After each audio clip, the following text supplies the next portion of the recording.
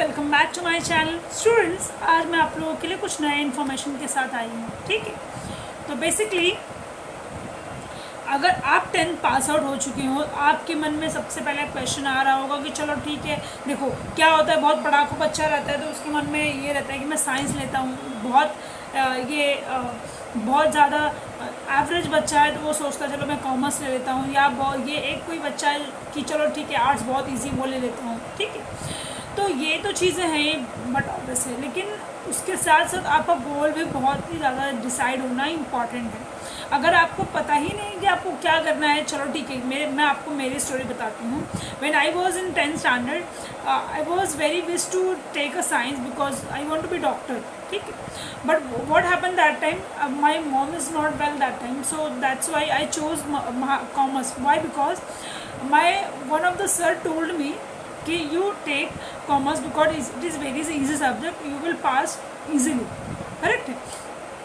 तो आई am from vernacular medium, okay, I am from Hindi medium, so that is why I really don't know about English because I have one subject only. Okay, तो when I got admission in college then was my first day, and I was in a college, I was in a classroom, and every few of students was talking in English only, and sir was taught in English.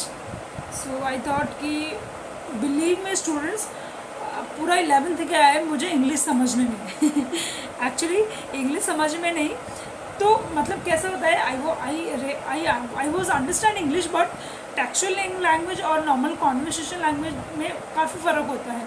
तो पूरा 11th तो मुझे समझने में चला गया कि मुझे क्या करना है। ठीक है, देन आफ्टर 12th आया, तो 12th में भी सेम सिचुएशन थी। फिर 12th के बाद ग्रेजुएशन में धीरे धीरे समझ में आने लगा कि हाँ क्या कैसे पढ़ना है, किस तरीके से, मतलब मुझे पता ही नहीं था कि मुझे आगे करना क्या है, मतलब मैं फ्लो में एडमिशन लेते चले गई। ओके, तो फिर मैंने क्या किया, फिर मैंने मेरा ग्रेजुएशन कंप्लीट किया, उसके बाद मैंने पीजी किया, प्राइवेट किया। ठीक है, उसके बाद मैंने डिसाइड किया कि मैं टीचिंग सेक्टर में जाऊँगी। टीचिंग सेक्टर मैंने ज्वाइन किया और मैंने फिर 2 साल बच्चों को पढ़ाया स्कूल में, तो मुझे बड़ा मज़ा आया। मैंने कहा अब मुझे टीचिंग ही करना है। ठीक है, फिर मैंने टीचिंग लिया।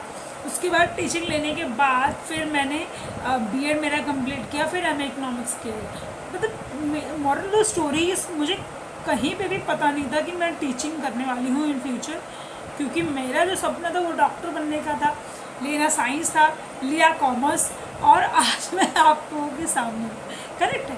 तो होता क्या है कि और आजकल के बच्चे बहुत स्मार्ट है, बहुत ज़्यादा स्मार्ट है, क्योंकि उनको पता है कि उनको क्या, दे रियली नो दैट कि what they want actually in the life, और उनको फ्यूचर में आगे क्या करना है। लेकिन पहले के टाइम तो ऐसा था कि देयर इज़ नो इंटरनेट था भी, तो बहुत कॉस्टली था, everyone can not able to afford. ठीक है, तो ये सारी चीज़ें, मतलब मुझे सब जितनी क्लास में गई मैं उतने साथ मेरे साथ स्कैम होता गया, क्योंकि मुझे कुछ आइडिया नहीं था।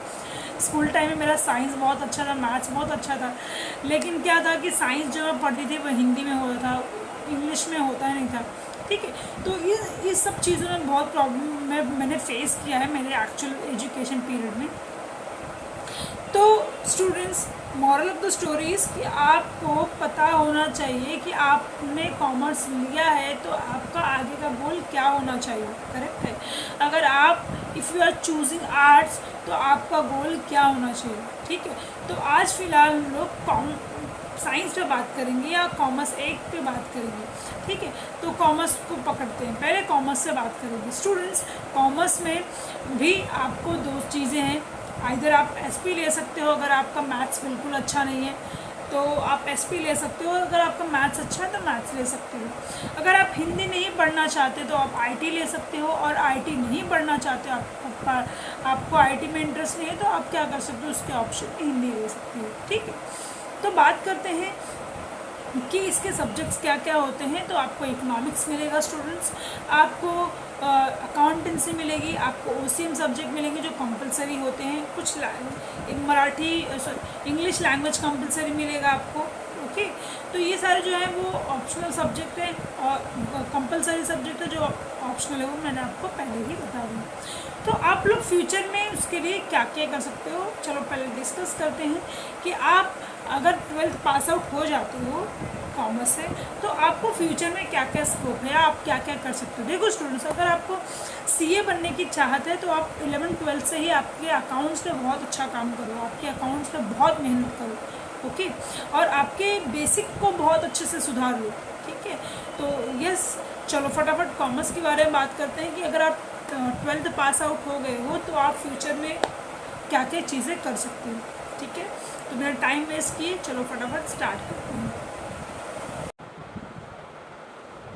तो चलिए जानते हैं कि जब आप 11th-12th में कॉमर्स लेते हो तो आप फ्यूचर में क्या क्या चीज़ें कर सकते हो, ठीक है। तो चलो स्टार्ट करते हैं। तो जैसे कि मैंने आपको वीडियो में मेरे बताया ही है कि कौन कौन से सब्जेक्ट होते हैं कॉमर्स में, आप पास आउट हो जाते हो तो उसके बाद आप आगे फ्यूचर में क्या कर सकते हो। नंबर 1 जो आता है सीए आता है। स्टूडेंट्स, आपको अगर सीए करना है तो आपको 11th-12th में ही अच्छी प्रिपरेशन करनी पड़ेगी, यानी कि आपको क्लासेस ज्वाइन करना पड़ेगा। आइदर आप क्लासेस नहीं भी जाते हो तो आपको अपने अकाउंटेंसी को बहुत ही स्ट्रॉन्ग रखना पड़ेगा, आपके थ्योरेटिकल जो सब्जेक्ट्स हैं उन पर भी कमांड अच्छी होनी चाहिए, ठीक है। तो जब नंबर 1 ऑप्शन है कि आफ्टर 12th आप कॉमर्स में सीए बन सकते हो, सीएस की पढ़ाई कर सकते हो, प्लेन बीकॉम कर सकते हो, ठीक है। बीकॉम करने के बाद भी अच्छे अच्छे जॉब अपॉर्चुनिटीज़ है, नो डाउट कि बीकॉम अच्छा नहीं है तो बीकॉम भी बहुत अच्छा है। बीकॉम करके आज लोग लैक्स में सैलरीज लेकर आ रहे हैं, ठीक है, एमएनसीज कंपनी में है ऑलरेडी। देन आप बीई कर सकते हो इकोनॉमिक्स में, हॉर्स। देन बीबीए कर सकते हो बैचलर ऑफ बिजनेस एडमिन में। देन डिग्री कोर्सेज कर सकते हो मैथ्स में, ओके। आफ्टर दैट आप जर्नलिज्म का कोर्स कर सकते हो, ओके। इवेंट मैनेजमेंट की स्टडी कर सकते हो। इवेंट मैनेजमेंट की स्टडी आज के टाइम में बहुत बेनिफिशियल है। आप जाओ शादी ब्याह कोई भी चीज़ें हो तो लोग क्या करते हैं, इवेंट मैनेजमेंट वालों को हायर करते हैं, और ये बहुत ही इसका जो बिज़नेस है बहुत ही एक्सपांड होते जा रहा है और बहुत ही बेनिफिशियल और क्या है, प्रॉफिटेबल है। तो आप अगर इसकी पढ़ाई करते हो फिर भी आपको बहुत ही प्रॉफिट देने वाला है, आपके फ्यूचर ब्राइट है इसमें। देन बीए कर सकते हो वेरियस कोर्सेज में, बीएमएस कर सकते हो बैचलर ऑफ मैनेजमेंट स्टडी। इसके बाद आप एमबीए करके एक अच्छी कॉर्पोरेट जॉब पा सकते हो।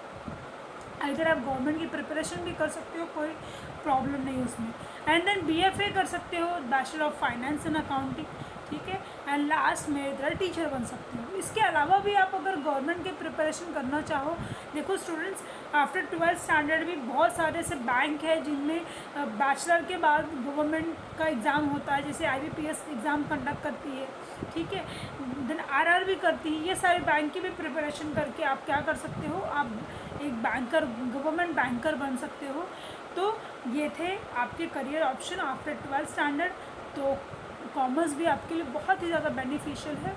बस बात इतनी है कि आपको बहुत ही मेहनत करके पढ़ाई करनी है, ठीक है। आपको अपना जो भी टाइम है वो बिल्कुल भी वेस्ट करना नहीं है। Thank you so much everyone, and please do like and subscribe my channel. Thank you. Any doubt, any query or any suggestion, any guidance, you can ask me in the comment box. I will reply definitely. Thank you so much.